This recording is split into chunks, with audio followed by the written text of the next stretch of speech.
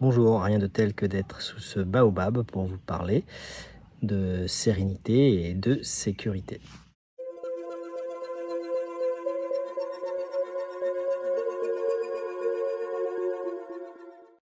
Eh bien, là ici, je suis à Mayotte, euh, où j'ai pris conscience d'une chose de manière plus profonde que je savais déjà, c'est que la spiritualité, euh, comme disait Osho, c'est souvent pour les gens qui sont, on va dire, qui sont en sécurité, qui ont les moyens financiers, qui vivent dans de bonnes conditions.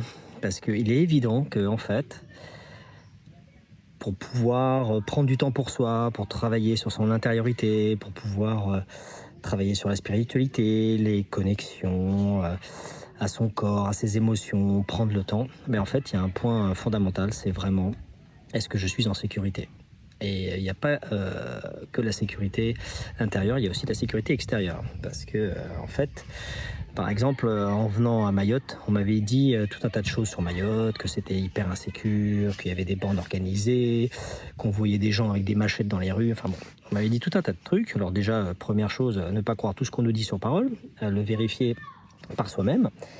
Et donc j'ai constaté que c'est forcément dans tous les lieux que j'ai vus, allez, sur un tiers de l'île, bon, j'ai pas vu ça. J'ai trouvé les gens vraiment sympathiques et vraiment j'ai pas eu ce sentiment d'insécurité. Donc déjà, entre la réalité et ce qu'on nous dit, déjà il peut y avoir des grandes différences. Et ensuite, malgré tout, avec toute cette, on va dire, cette ambiance en me disant à chaque fois que je disais que j'allais à Mayotte, oh là là, tu vas là-bas, mais pourquoi tu vas là-bas? C'est super dangereux, oh là là, j'ai peur pour toi, donc ok. Euh, Donc ça m'a mis dans une tension qui finalement n'était pas très utile et au contraire qui m'a fermé. C'est-à-dire qui a fermé vraiment tous mes centres de réception. Ça m'a fermé évidemment les émotions, ça m'a mis en mode sécurité, ça m'a mis, ça m'a même fermé mentalement à regarder partout, à analyser. Et donc du coup c'est pas vraiment, comment on va dire, une ambiance propice à travailler sur soi, à prendre du recul, et autres. Et je me suis aperçu que au bout de 2-3 jours sur Mayotte, que je prends enfin conscience que tout ce qu'on m'avait raconté, il n'y avait pas grand-chose que moi j'expérimentais, et c'est là où j'ai pu me poser et j'ai pu enfin me détendre et relâcher les tensions dans mon corps, dans ma tête, les pensées et autres. Et c'est là que je me suis aperçu que en fait ça changeait tout. Quand on se sent en sécurité aussi extérieure et aussi matériellement, ça ouvre tout. Donc ça ouvre, on se, déjà sur le corps, déjà on est beaucoup plus détendu, les émotions sont beaucoup plus calmes, et surtout les pensées peuvent enfin s'axer sur des choses autres que chakra 1, chakra 2. Vraiment sécurité, le corps, attention, interaction avec les autres. Ça a tout changé parce que j'ai essayé de méditer pendant mes 2-3 premiers jours, mais j'ai pratiquement pas réussi. Je trouvais toujours quelque chose qui n'allait pas. Et là, enfin, quand je me pose, là, tout change. C'est-à-dire que les méditations sont devenues très puissantes, l'intériorité est devenue vraiment importante, et j'entends enfin ma voix intérieure, j'entends mes émotions, je les vois arriver, je perçois mes pensées au moment où elles arrivent, donc un vrai recul, une vraie distance. Et là, je profite enfin de Mayotte. C'est-à-dire que Mayotte, la nature est omniprésente. Il y a des baobabs absolument magnifiques. On ne saura même pas calculer le diamètre du tronc. Donc là, on est sur des arbres qui ont peut-être plus de 1000 ans. C'est assez impressionnant. La végétation est partout. Les animaux sont partout. J'ai découvert les maquis.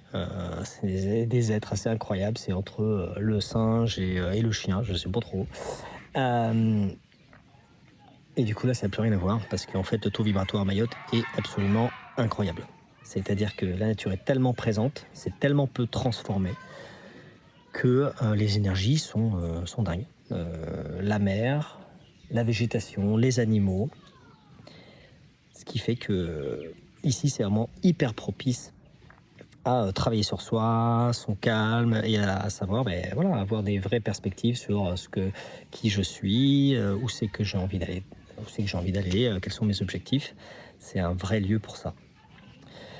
Donc, tout ça pour vous dire que si vous n'êtes pas en sécurité extérieure, vous ne pouvez pas être en sécurité intérieure. Donc la sécurité extérieure, c'est quoi?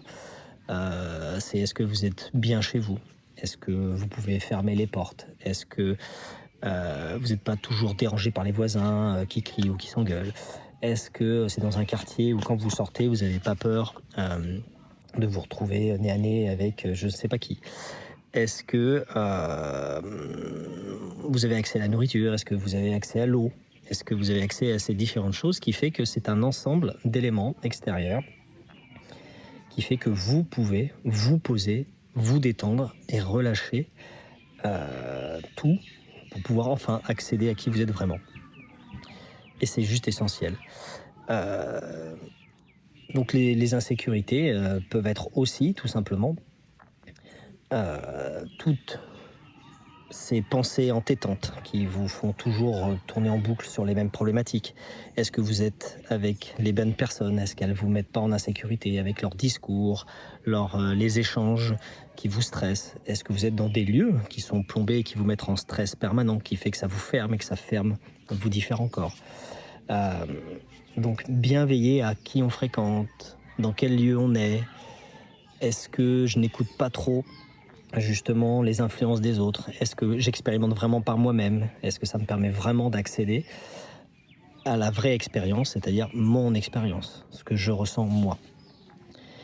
Donc voilà, cette vidéo pour vraiment vous faire prendre conscience que oui, en effet, la spiritualité, on peut en parler, mais à condition d'être en sécurité extérieure et en sécurité intérieure. Parce que sinon, on n'a même pas le temps pour ça.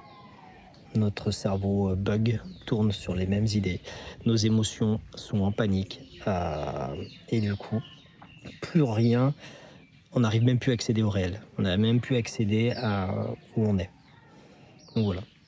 Je vous fais part de cette expérience parce que ça a vraiment été radical. Depuis que je me suis posé, que je me sens bien, que je me confronte plus au stress de tout le monde, eh ben, les méditations sont incroyables. La connexion à la nature est incroyable et la connexion aux gens est complètement différente. J'avais l'impression d'avoir des mirettes comme ça et là tout d'un coup tout s'est ouvert. C'était là, hein. C'est juste que je ne pouvais pas le capter, je ne pouvais pas le sentir. Donc encore une fois, l'expérience nous montre que justement, en fonction de nos ressentis, on peut vivre des choses complètement différentes alors que les choses sont les mêmes. Mayotte n'a pas changé, les gens n'ont pas changé, je n'ai pas changé, c'est juste ma perception des choses qui a changé, mon calme intérieur, ma paix intérieure, parce que je n'ai plus écouté les fausses sirènes de l'insécurité extérieure. Donc on se retrouve bientôt pour une nouvelle vidéo.